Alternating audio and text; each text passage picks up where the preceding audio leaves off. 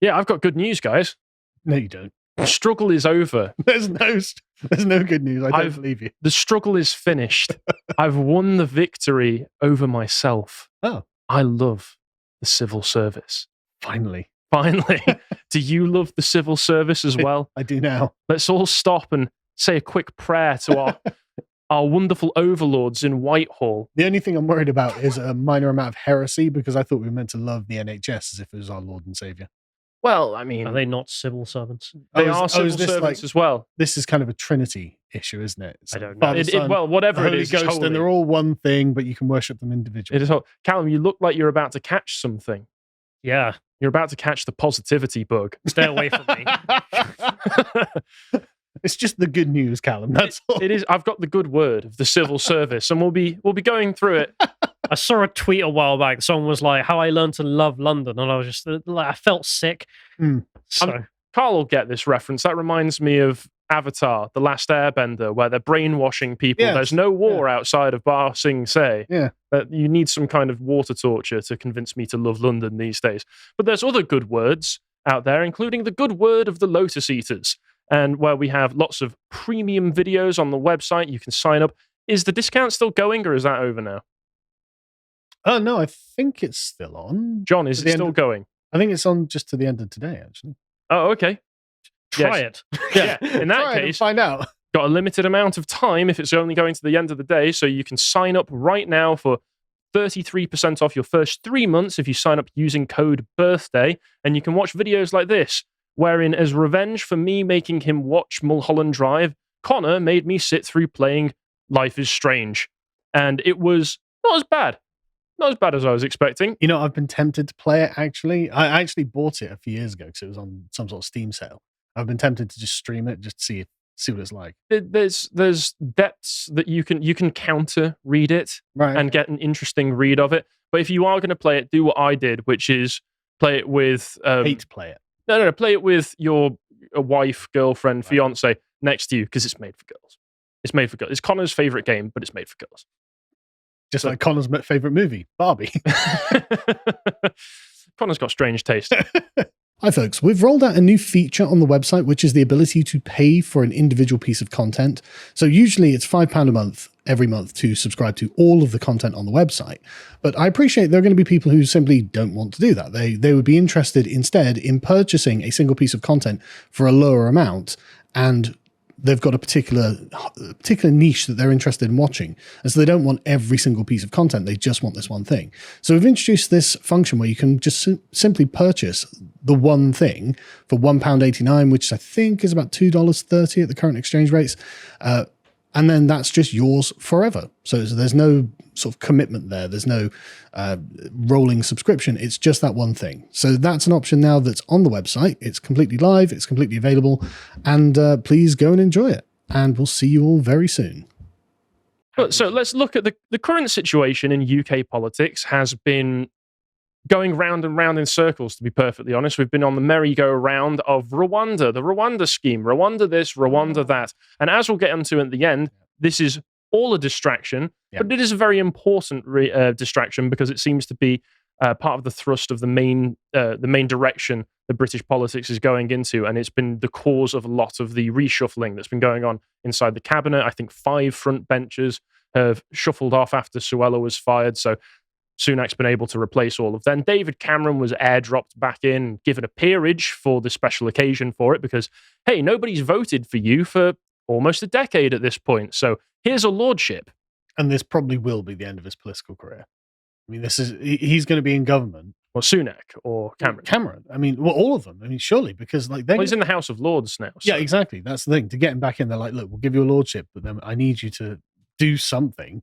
Because this surely it's got to be the end of the political careers of everyone who's in the cabinet of the worst Conservative defeat or just defeat in political history. It has to be the end of their careers, right?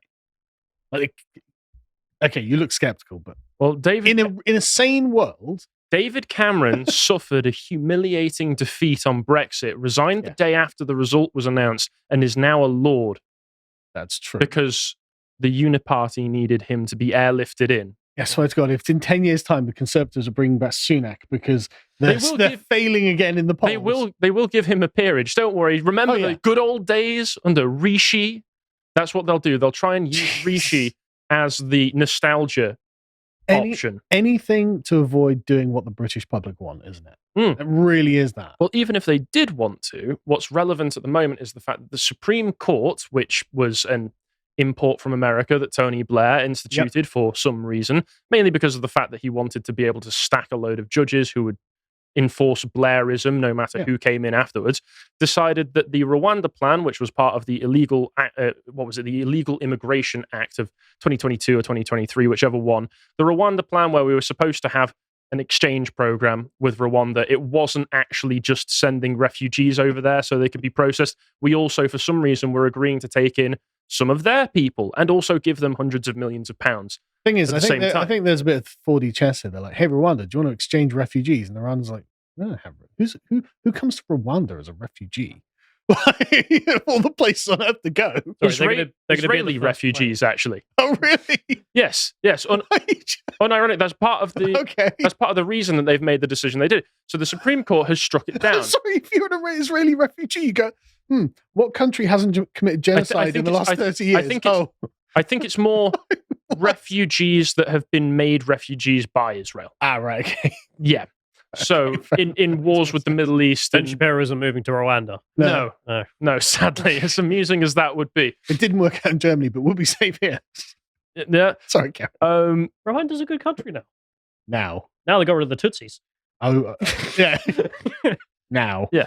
So the Supreme Court struck it down and said that it's unlawful. We can't send people over to Rwanda. It's just not in the book. So the Supreme Court judgment was read out by Lord Reed, its president, and said all 5 judges agreed with the Court of Appeal that there was a real risk of asylum claims being wrongly determined in Rwanda, because the agreement was that we send them over there and then they're processed in Rwanda by the Rwandan processing centers. Yes, we're sending them there for processing.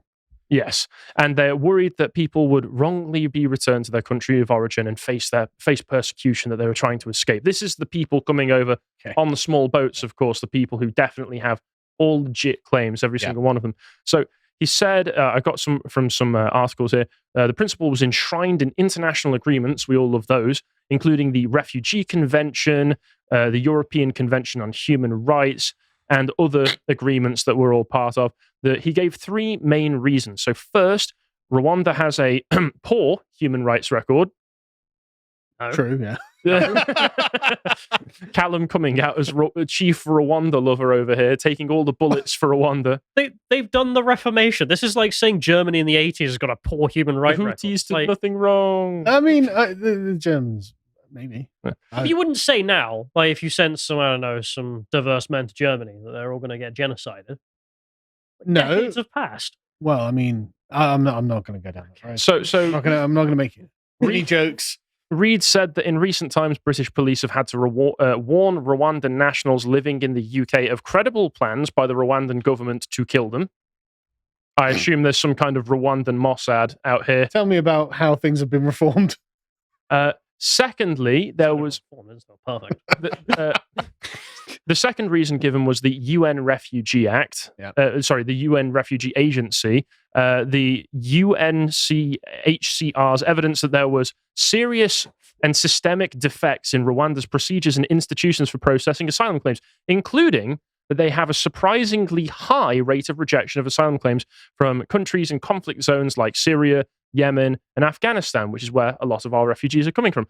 Care to take a guess as to what that rejection rate is, if it's surprisingly high? 30%? 100%. Every single one. I was going to say 98%, actually. It's 100%. Go home. Right, so Rwanda's actually doing a great job. That's basically what we would be hoping to get from sending them over there anyway, because most of these people will not be actual refugees. I mean, they'll be economic. Well, about 99% aren't. I mean, those who we actually wanted to take, we did airlift from Afghanistan, or we shipped in from Pakistan. Yes. The long list for translators, etc. But like, I can see how this goes. Right, I've got an Excel spreadsheet that lists a bunch of countries that we can negotiate with, and their refugee rejection rate. Right, just click sort from highest to lowest. 100% done. That's how we chose Rwanda. No one even read the name. Yeah, why else would we have chosen Rwanda? And thirdly, they conclude that Rwanda had recently failed to comply with an explicit undertaking in a deal to take asylum seekers from Israel. that migrants would not be returned to their home countries. So it sounds like they were taking them in, rejecting them immediately, and then deporting them home. Taking all of our money. But this is basically still a terrible plan, actually. Hang on, sorry. We found out that the country of Rwanda does what we pay the Home Office to, and that's the reason we can't send migrants there. Yes. The Supreme Court this country's says no. such a joke, man. I don't mean to laugh, but it's really just pathetic. The Supreme Court says no. The Rwandan country might do the Home Office's job. Oh, no. And probably cheaper. As a result of this, Rishi threw an emergency press conference where he was very annoyed. He wasn't smiling anywhere near as much as he usually does. He even furrowed his brow at some points. It's like when a toddler or a young teenager gets very frustrated because you won't buy him a monster. You know, he just looks like a cartoon mouse. I can't take him seriously. No, he does look like Rubbish Danger Mouse. Yeah. So he said that what he's going to do in response to this is enact emergency legislation. Oh, yeah. Are we all ready for this? Yeah. Emergency legislation. What is this, plan number 10? Where, yes. Well, this is supposedly Plan B, which sounds a hell of a lot like Plan A with some added steps on, because the emergency legislation will just say it's safe. Rwanda is safe. Oh, he's going to legislate that. Right. Okay. You could just dissolve the Supreme Court and ignore the judge. Tweet. Yeah. Basically, yeah. Rwanda's safe, actually, guys. Anyway, Supreme Court. The problem is, of course, that this will still be challenged. They say because the majority of the Conservatives in the Commons, this might get through the Commons, but in the Lords, it's still going to be challenged. Yeah, but there's no power anywhere. They're also going. Any of the things you're mentioning. There are also going to be courts that are still going to be trying to produce any kind of opposition to this. And he's even said that if a court says that with this, because they're going to do a new treaty with Rwanda that's going to be published, I think the draft of it's going to be published on Monday, which will be in the treaty that this is the agreement, emergency legislation, new treaty. But as part of this treaty, it will state that if a court orders them to take back someone we've deported to Rwanda, we have to. It's like they learned nothing from Emperor Palpatine. Well, has anyone here legal? Have you seen? Get on with it. Have you seen Dominic Cummings' response to all this? Yeah. No, I haven't actually. So he basically tweeted out that he came up with a plan to send back the boats. First days they were in there with Boris, and it was rejected by literally everyone because they were of the opinion that they don't actually want to solve the problem. Oh, well, there we go. So his response to this Supreme Court ruling is, no, none of these people actually want to solve it. Which is why they come up with Plan B, as you're saying, where it's like, what if we just did the same thing that totally won't work? Well, we'll get into how they literally don't want to solve this. I love there's a kind of wide-eyed, naive Dominic Cummings is like, right, we need a plan to stop the boats. So, plan, okay, here's a plan to stop the boats. And like, no, we don't want to stop the boats, Dominic. Thanks for winning the election, but that's kind of moron. The end of this. We don't do anything else for the next 5 years. Question marks profit. Like Sunak also dangled some red meat for all of us as well by implying that he didn't explicitly say that we would quit the European Court of Human Rights, but he did say, we might revisit those international relationships to remove obstacles in our way. Ooh, he did fire the Home Secretary who said that we should do that. You want to know what Dominic said? What? He started calling it the pedo court. Yeah, he did. I think I had seen that. Yeah. I didn't understand what that was supposed to mean at first, and then there's this account called the Dominic Translator, right, that had replied under it and literally wrote out in plain English. It's like, Dominic Cummings is suggesting we should leave the ECHR because it protects pedophiles and their human rights. So, okay, that's a good way of framing what Dominic was saying. I mean, I finally understand. As we learned from when we were just a moment ago speaking about Gavin Newsom, when we were talking about what they did in San Francisco, these political problems are actually very easily solvable. They're totally solvable. You can step over all of this legislative and legal trouble and do it anyway if you have the political willpower to do so. You can solve these problems immediately by doing it and then announcing to the public immediately after, we've done this now. Or Too just late. Making it legal. You're literally the parliament. You can literally do anything because you have a stonking majority. You could do whatever you want. There's no limit on your power. Yeah, and then it's insufferable. Suella Braverman, however you pronounce her name, came out with a Telegraph article the other day, I think last night, talking about her criticisms of this. I know she was just asked to resign. She was going really hard on the rhetoric and how we need to stop the boats. And she comes out criticizing the whole thing. She also, in the letter that she provided for her resignation, accused Sunak and the others of betraying the nation's wishes. Fun. This is all true, but still, you are basically useless and didn't do anything as well. Yeah, absolutely. And Stephen Edgington. Well, we'll get onto that. Oh, sorry. Yeah, sorry. I don't mean to. We'll get onto that. So in this, she said that this is self-deception. This is all spin. If you actually want to make this treaty and this new emergency law mean anything, if you want it to be effective, you're going to have to do 5 things. And she labeled these as it must address Supreme Court's concerns regarding Rwanda. So we need to create more bureaucrats who can go over to Rwanda and oversee their processes. Dissolve Supreme Court. Yeah. Just declare the pedo court. Yep. Yep. Dissolved. Yeah. Could do. She also says it must enable flights before the next general election. And she said, Off the cliffs of Dover. Yeah. To do this, the bill must exclude all. She said it must exclude all avenues of legal challenge. So ban the opposition. Yeah. Yeah, she's basically saying that the entirety. Just setting up my plan in response to Swellers. All right, the entirety of the Human Rights Act and European Convention on Human Rights and other relevant international obligations have to be included in notwithstanding clauses. Clauses. So repeal them all. Yeah. Say that they don't have anything to do with this. Don't replace them with anything. He did actually call the Human Rights Act the Pedo and Terrorist Human Rights Act. Yeah. I mean, good point. Where's the lie? Yeah. Where is the lie? What's the 5th point? Well, the third point is swift removal must mean swift removal. So get it done within months at the latest. Or how are you going to one up that? Hours? Not going to say. No. All right. Okay. So those arriving here illegally must be detained. So take them immediately. And it must be treated as an emergency. And this is all, once again, big tough talk coming from a woman who did basically nothing. She did a photo op. This is a tweet storm. Yep. She should be tweeting these things out and it'd have the same impact. She did a photo op in Rwanda looking over it where it gave the left-wing press and lots of FBPB, whatever it is, on Twitter, those kinds of people, opportunities to Photoshop her as a Nazi. And she was laughing back and they were all going, see, look at how happy she is that we're going to be deporting these people to an evil country. Look, she's just as bad as Hitler. It was a photo op for that. Other than that, really hasn't done anything. And then come out and say, see, if I was still in charge, I'd have got this done. Well, you had a year. Yeah. You had a year in your position to do so. You didn't do anything. And then you've got people within the party itself. Jeremy Hunt, first of all, said that there was no guarantee flights to Rwanda will take off next year. Yeah. Which is completely contradicting what Sunak was saying about the emergency laws, because realistically speaking, it's not going to work. The legal challenges and challenges through the Lords are going to hold this up for another year at least. Anyway, and then party splits. Tory MP, former deputy MP, PM, Damien Green, labelled part of her plan, the part where she was saying we need to stop any legal challenge to this before they can even make a legal challenge. He said, it's the most unconservative statement I've ever heard. This is what Putin and Xi do.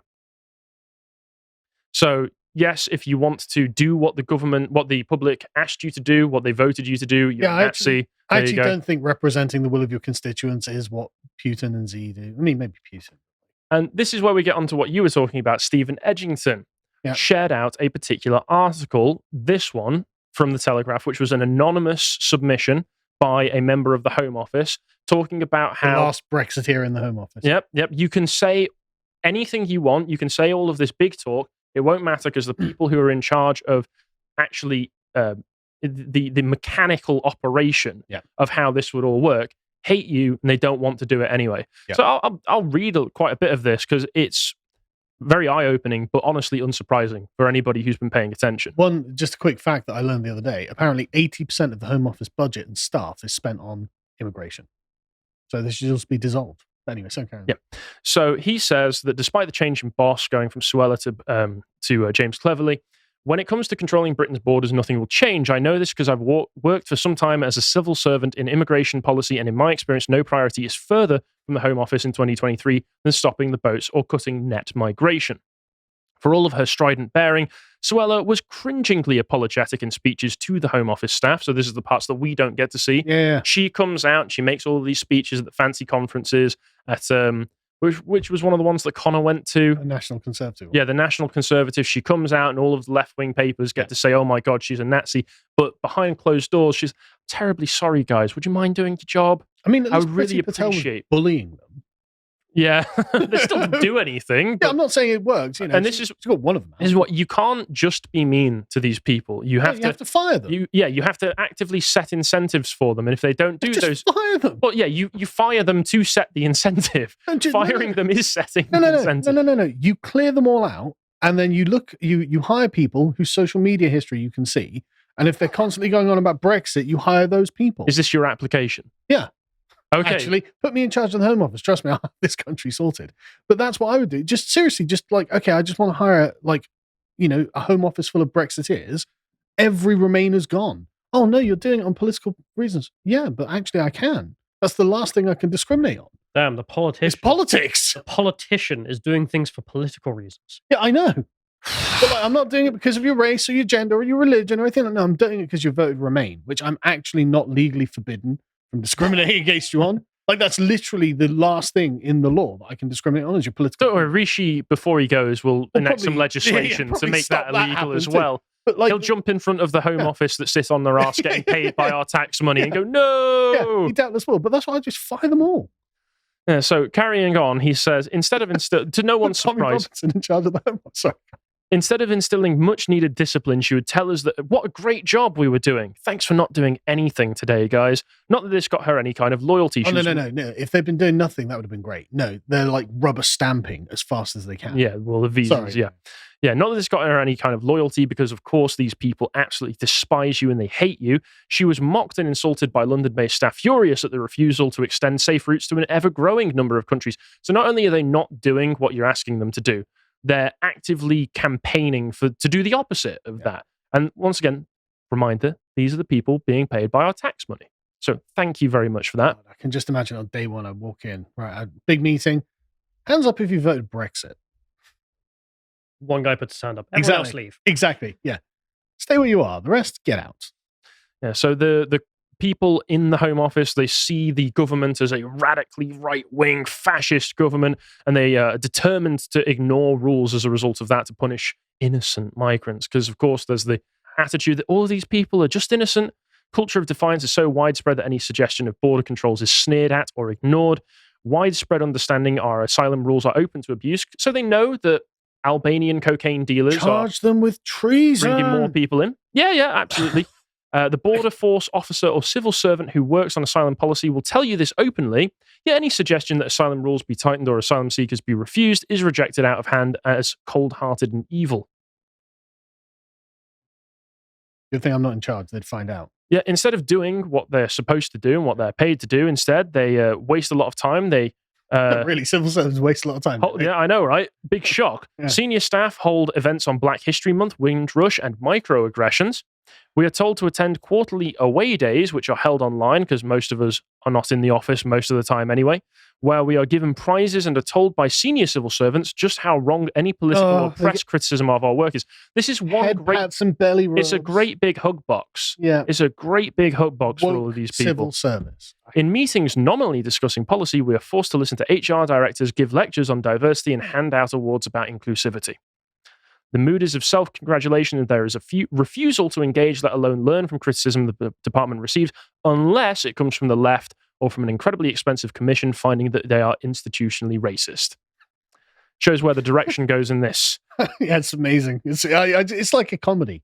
Yeah, it's like a Monty Python skit. It goes on, but he finishes by saying, in spite of all this, it wouldn't matter if the Home Office was a finely oiled machine, ready and eager to deliver on every possible government priority and determined to protect the UK's borders. The clear messaging from behind closed doors from the Treasury and other departments is that legal migration should be expanded to boost lackluster economic growth. So even if they wanted to do what they're supposed to do, other parts of the government are still saying, but we need someone to serve PrEP. Yeah, we desperately need wage slaves at PrEP. Yeah, that's what we need. And that's why I want to end all of this off by saying this is all a distraction anyway. The whole Rwanda scheme, the fact that it's always frontline news, it's headline news, it's front pages every single day whenever it goes on about anything, is all to distract from the fact that that's actually a dribble in comparison to the absolute tidal wave of migration that we get through legal channels every single year. Last year, it was 660,000 net migrants into the country. Something like 1.2 million, yeah. This year is set to break 1 million for the very first time. Do you mind if we just appreciate for a moment? We're coming up on 14 years of Tory rule. Yeah. 14 years, those two departments, the Treasury and the Home Office, have been controlled by them. After 14 years of their management, that's what you get as an office culture. Yes. That we need more. They are the ones who actually make all the wealth in the country. Well, any suggestions to stop it needs to be removed. Let's not forget that the Brown government, the last dying gasps of the Brown government, instituted the Equality Act in 2010, which is essentially legalization of race communism, race and sex communism in the country, allowing you to discriminate on all of these things and add quotas. They don't call them quotas, but they call them targets. And the government abides by that. And the first thing the Cameron government could have done is immediately repeal it. Thanks for watching that segment from the podcast Lotus Eaters. I hope you enjoyed it. And if you did and want to find more of what we do, you can subscribe to our website for as little as £5 per month to find all of the video series we've got on there, including Dan's Brokenomics series, the most recent episode of which he's talking with Dr. Ahmed Malik about the current state of the NHS. When signing up, if you use Stripe and sign up using the code BIRTHDAY, you can get 33% off of your first 3 months. So take advantage of that discount while you can. And if you'd like to follow Dan and see what he gets up to, then you can follow him on Twitter at KingBingo_ and see what he gets up to. So thanks very much for watching and take care.